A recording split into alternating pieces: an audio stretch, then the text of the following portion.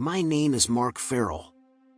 I am a 28 years old mechanical engineer working for T-Bolts Incorporated. I had just returned from a 5-day business trip up north, and was sitting in a booth at one of my favorite haunts. I had wanted a quick meal before the 5 o'clock crowd appeared. Even thought I was getting married tomorrow. I still had a lot of work to do at the office wrapping things up on a current contract. Out of the corner of my eyes, I saw Sandra, the best friend of my fiancée, Evelyn, walking toward the next booth. I don't like Sandra very much. I didn't hate her, but I don't like her either. I tried my best not to be noticed and it worked. I hurried to finish my meal when I heard Sandra talking to somebody I couldn't see. "Hi honey. How was your... Holy crap. What happened to you? You look like you've been crying," said Sandra. That little bit of drama kind of raised my interest. I decided to stay a bit longer and hear what she was talking about. I didn't catch what was the answer, hearing only some mumbling. But I could hear perfectly Sandra's part of the conversation. "Oh my, you're right. Okay, girl, talk to me. Open your heart and you know I will listen," invited Sandra. I was totally surprised by what I heard next. "I miss him so much, it hurts," said a familiar voice. It was Evelyn. I wasn't too surprised that she missed me. After all, I've been gone 5 days and I was coming back less than 24 hours before our wedding. She was really unhappy when my boss told me that I had to travel just before my wedding. It's not that there was much left to do as the wedding has been planned way ahead of time. We even had a rehearsal just before I left, and it was a bit frosty. Not only was Evelyn upset that I was leaving her alone the whole week before the wedding, but even her bridesmaids, her sisters and Sandra, were giving me the cold shoulder. I pleaded with my boss against that trip, but he said I had to go. Our 6-month project was only half done, yet it was already 3 weeks behind schedule. I had to put it back on track pronto or we would be losing big. He and I had a pretty good idea what was wrong, but I still had to go and correct the situation. "Tell me more about him. I want to know everything," asked Sandra. I was a bit surprised and ill at ease with the idea that Evelyn would share information about me with her good friend. I know that Sandra has been her confidant for many years, but it didn't sit very well with me. I don't go discussing her with my good buddies, do I? From the first time I laid eyes on him, my life was transformed, started Evelyn. She's right, and the same goes for my life. As soon as I met her, I knew we were meant for each other. Each time he walked in a room where I was, it was like there was nobody else than us. Nothing else mattered than basking in his love and care for me, continued Evelyn. I found that reassuring. I often wondered if the love I had for Evelyn wasn't too much for her. At times, I felt it was too lopsided and that I might just be scaring her away.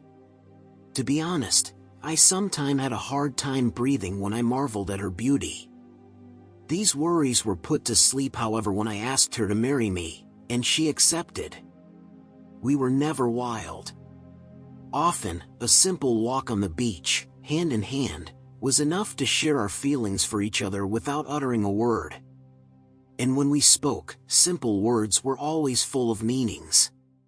We didn't need more than a few sentences to completely understand each other.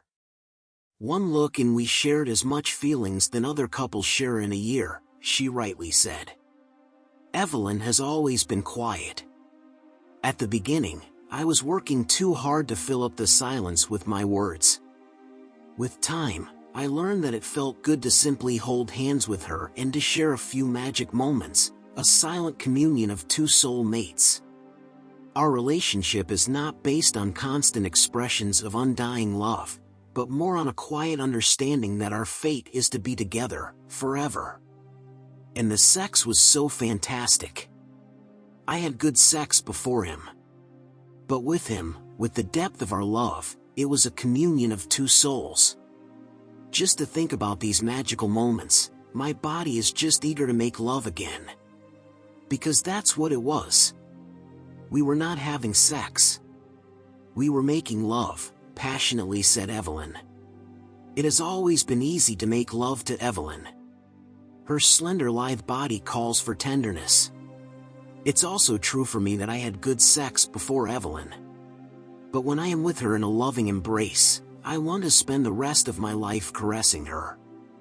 I need to softly kiss her body from head to toes. I always wish to be able to spend hours feeling the softness of her skin, to rediscover anew each soft curves of her body. And what about the engagement? Tell me about the day he asked you to marry him, asked Sandra. I was hoping for it, but I didn't really care. We were together, loving each other, caring for each other. Marriage was just a formality, a piece of paper to confirm what we both knew: we were together for the rest of our life. But he did ask me. I wasn't expecting it and I was speechless. I didn't know what to say. As soon as he asked, I was overcome by emotions.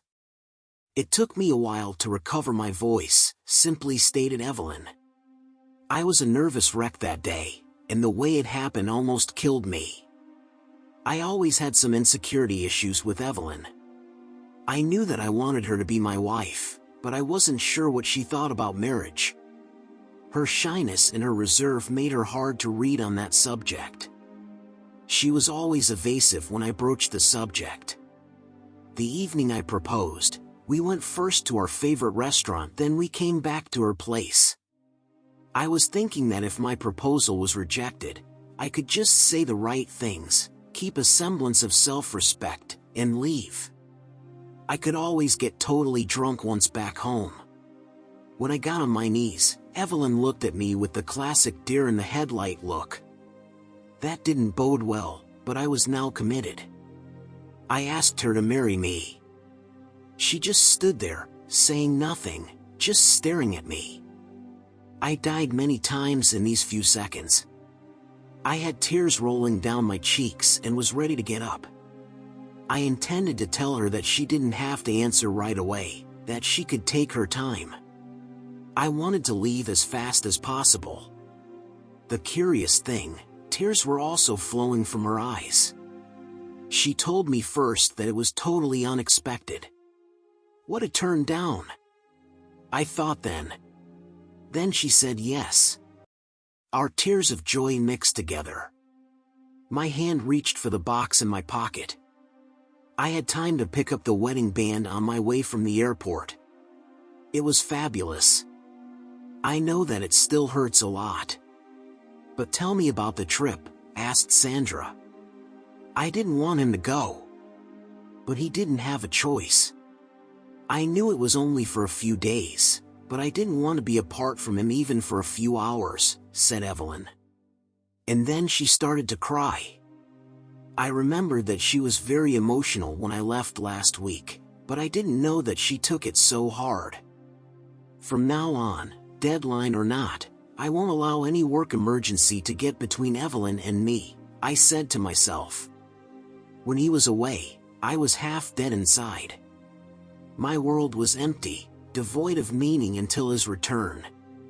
All day and all night, I was only thinking about him, wishing that I could feel his touch, that I could hear his voice, that he would be there and makes me whole again. I didn't know that his absence could hurt that much, until he was gone, said Evelyn, weeping profusely. I also had a hard time to get her off my mind when I was away. It was hard to concentrate when every moment in my days was filled with image of her. No job could be worth hurting my love for Evelyn. Every night, I was beside myself thinking that I should be there with her instead of being alone in a motel room. Evelyn was still crying and Sandra was uttering some soothing comments. Finally, Evelyn spoke. It was my fault. I shouldn't have urged him to come back that night, she said. What? I thought. No, it's all right, baby. It's not your fault, argued Sandra. Yes, it was my fault. There was a warning with the hurricane coming our way. But I urged him to drive back that evening. If he had stayed there, waiting the next day, he wouldn't have been driving in those conditions. I killed him, said Evelyn. What the fuck? I flew in and the weather was very nice. And I sure am not dead, I had an urge to say. You are not responsible for Brad's death, said Sandra. Brad? I thought. He wanted as much to be with you as you wanted him beside you, added Sandra. Did you tell Mark? Asked Sandra. No, I hurt too much still. I can't, answered Evelyn.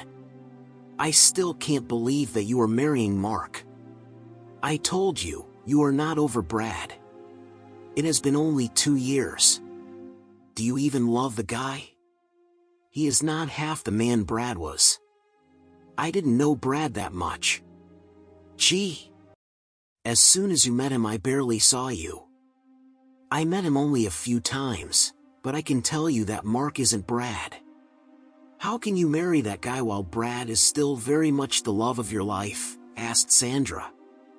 Mark is very nice and caring. I know he loves me very much. I need it. I know I could learn to love him. I know that he will be a wonderful father, a nice husband, and a good lover. When I am with him, I almost forget Brad. He can bring back some balance in my life, said Evelyn, then she started to cry again. Who are you kidding, Evelyn? I don't say you are wrong about Mark, but you should have waited a little bit longer, said Sandra. Evelyn spent the next few minutes in Sandra's arms, crying. After a while, the waitress stopped by their table. She put a little jewelry box on the table as well as a note. She looked at Evelyn. Somebody left this for you. Evelyn took the note and read it.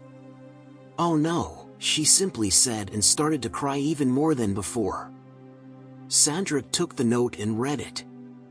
Evelyn, I am sorry that I can't be Brad. I am just your normal living being with all its usual shortcomings. Take care, really. Mark. The box contained a wedding ring.